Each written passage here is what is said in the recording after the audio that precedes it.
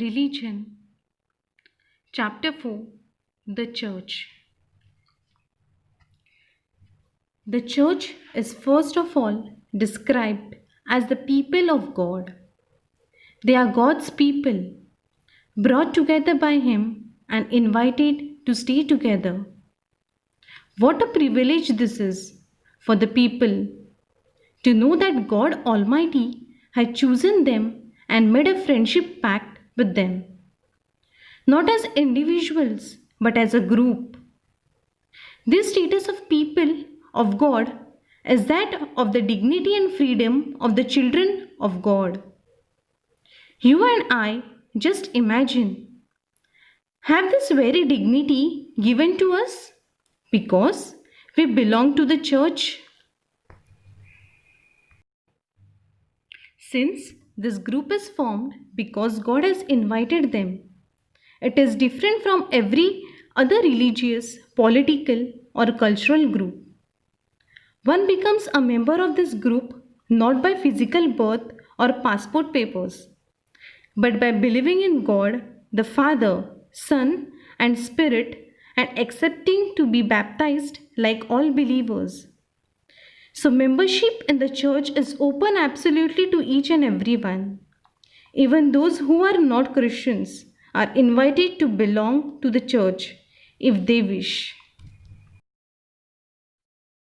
Barnabas looks with amazement at how the Christians live. They live as if they were brothers and sisters of one another. Barnabas would really like to stay with the Christians because they share everything they have, everything with one another. People don't live like that in the town which he comes from. There, sometimes children are sold as slaves, and the rich people keep them in their houses like prisoners and make them work hard all their lives.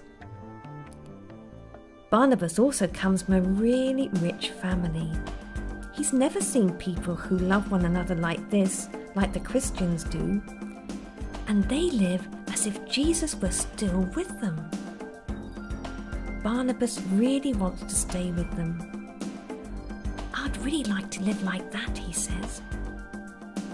One day, he was speaking to a young Christian and he says to him, "But how do you manage to live together? How do you manage to live with the poor, with rich people, with slaves? And how do you share all the things you have with those people who have nothing?" The young man looks at Barnabas and says, "You know, Barnabas, we Christians, we really want to be like God because He gave us everything. He even gave His Son, Jesus, who came down on earth to be with us." Barnabas is really moved when he hears about Jesus. And he can't resist any longer. He wants to live with the other Christians. He felt so incredibly happy.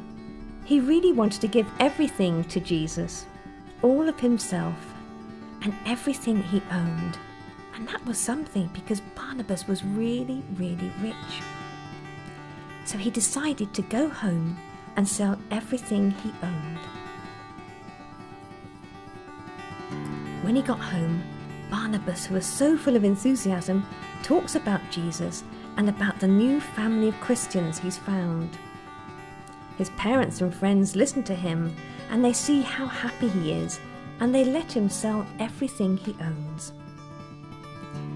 Barnabas then takes the money he's received from the sale of everything and goes back to Jerusalem to the apostles, who welcome him with open arms. Barnabas gives the apostle the money and many other things that he's brought with him. "Here you are," he says, "this is for whoever's in need, and from now on I want to stay with you Christians always." The apostles sat together and decided who really needed the money most.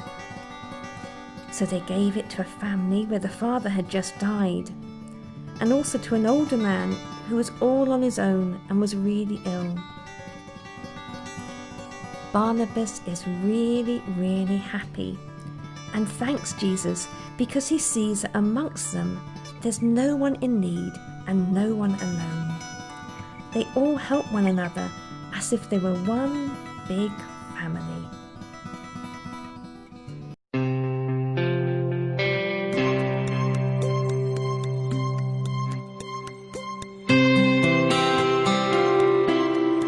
We believe Jesus is the Son of God. We believe